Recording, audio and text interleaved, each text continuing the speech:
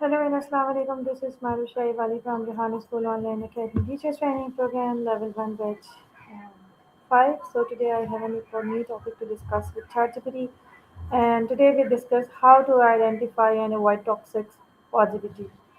So ChatGPT, are you ready to give me answers of my few questions? Wa alaikum assalam, Mahru. I'm ready to help you with your questions about identifying and avoiding toxic positivity. Let's dive in. What's your first question?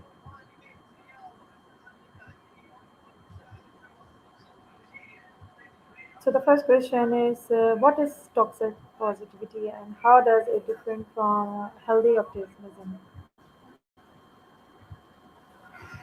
Toxic positivity is the excessive and ineffective overgeneralization of a happy, optimistic state across all situations. It can lead to the denial, minimization, and invalidation of authentic human emotional experience. When they're going through a tough time, can dismiss their feelings and struggles. Healthy emotions, including negative ones, and still maintaining a hopeful outlook, while validating their feelings and experiences. So the next question is, how can I recognize when I am forcing myself to stay positive instead of acknowledging my real emotions?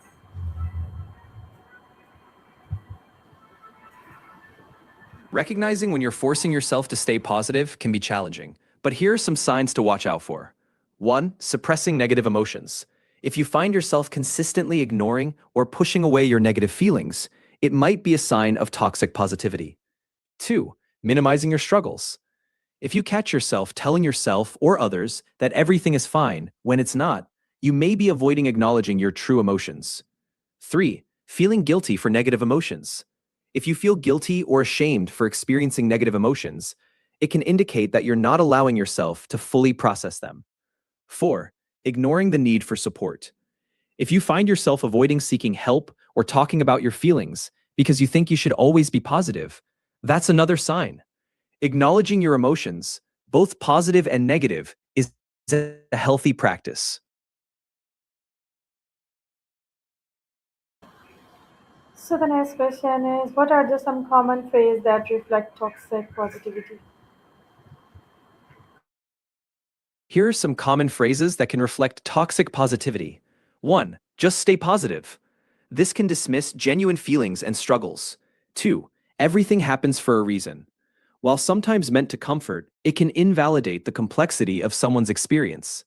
3. At least you have. This can minimize someone's feelings by comparing their situation to others. 4. Don't worry, be happy. This can pressure someone to mask their true emotions instead of addressing them. 5. It could be worse. This can invalidate someone's feelings by suggesting they should feel grateful rather than acknowledging their pain. It's important to acknowledge and validate emotions, offering support without judgment.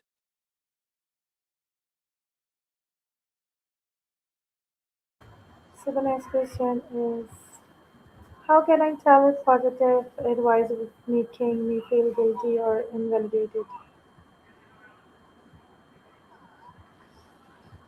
If you feel that positive advice is making you feel guilty or invalidated, here are some steps to handle it. 1. Acknowledge your feelings. Recognize that your feelings are valid and it's okay to feel how you do. Set boundaries. Politely let others know if their advice isn't helpful for you at the moment. This in my own way. 3. Seek support. Talk to friends, family, or a mental health professional who can offer understanding and validation. 4. Practice self-compassion. Be kind to yourself and allow yourself to feel your emotions without judgment. 5. Reframe the advice. Try to find a way to interpret the advice that feels supportive rather than dismissive of your feelings. Remember, it's okay to prioritize your mental and emotional well-being. So, what impact does toxic positivity have on mental health? Toxic positivity can have several negative impacts on mental health. 1. Emotional suppression. It can lead to suppressing genuine emotions, causing stress and anxiety as unresolved feelings build up. 2. Guilt and shame. People may feel guilty or ashamed for experiencing negative emotions, leading to lower self-esteem. 3. Isolation. It may cause individuals to feel isolated because they think their feelings aren't valid or acceptable to others. 4. Increased stress. Ignoring negative emotions can increase stress, as people might feel overwhelmed by unaddressed feelings. 5. Reduced coping ability. It can prevent people from developing healthy coping mechanisms, as they might avoid dealing with challenges directly. It's important to allow yourself to experience and process all emotions in a supportive environment.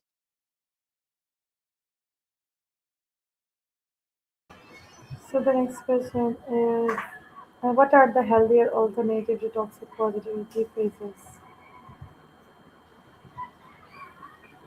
Here are some healthier alternatives to toxic positivity phrases. 1. I'm here for you. Shows support and availability without minimizing feelings. 2. It's okay to feel this way.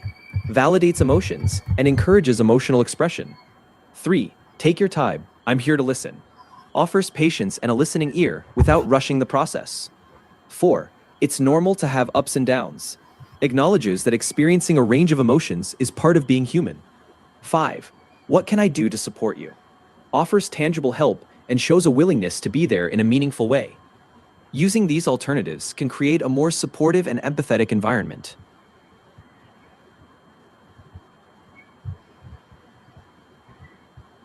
So the next question is, what is the harmful to avoid expressing disappointment or sadness?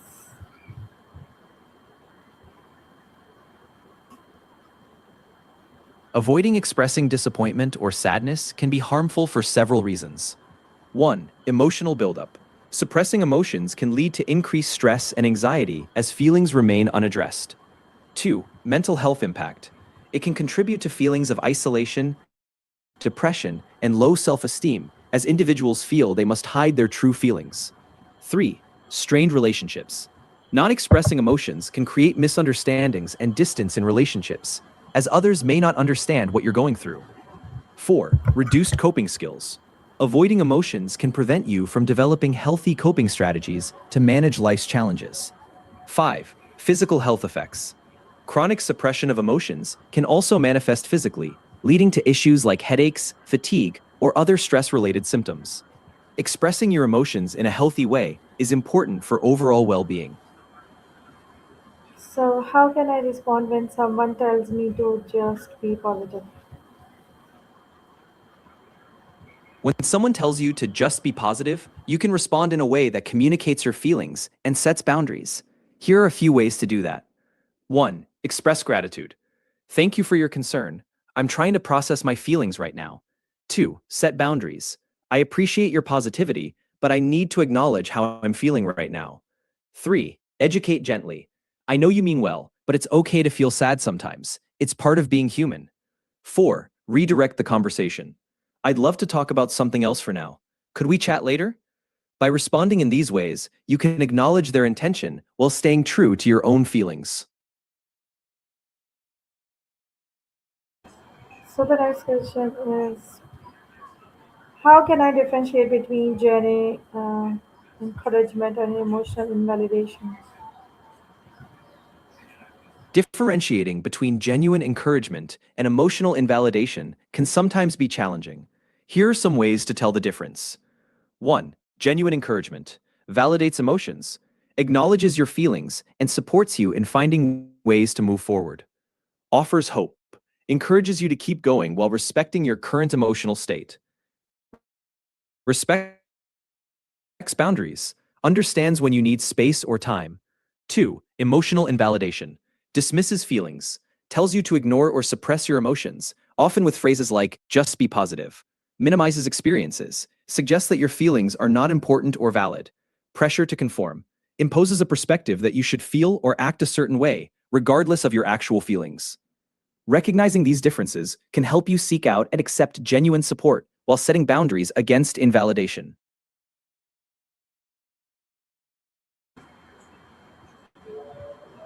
So how can workplace avoid promoting a culture of toxic positivity?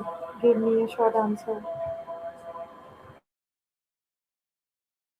Workplaces can avoid promoting toxic positivity by 1. Encouraging open communication. Create a safe environment where employees can express their feelings without judgment.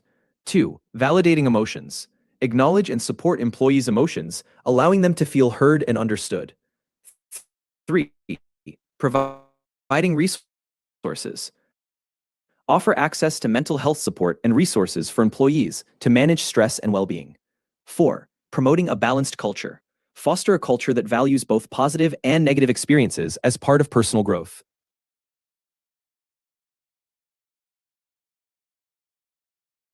Thank you so much for your time, ChatGPT. I hope you enjoyed this conversation. We will meet with a new conversation with a new topic. Until take care, bye.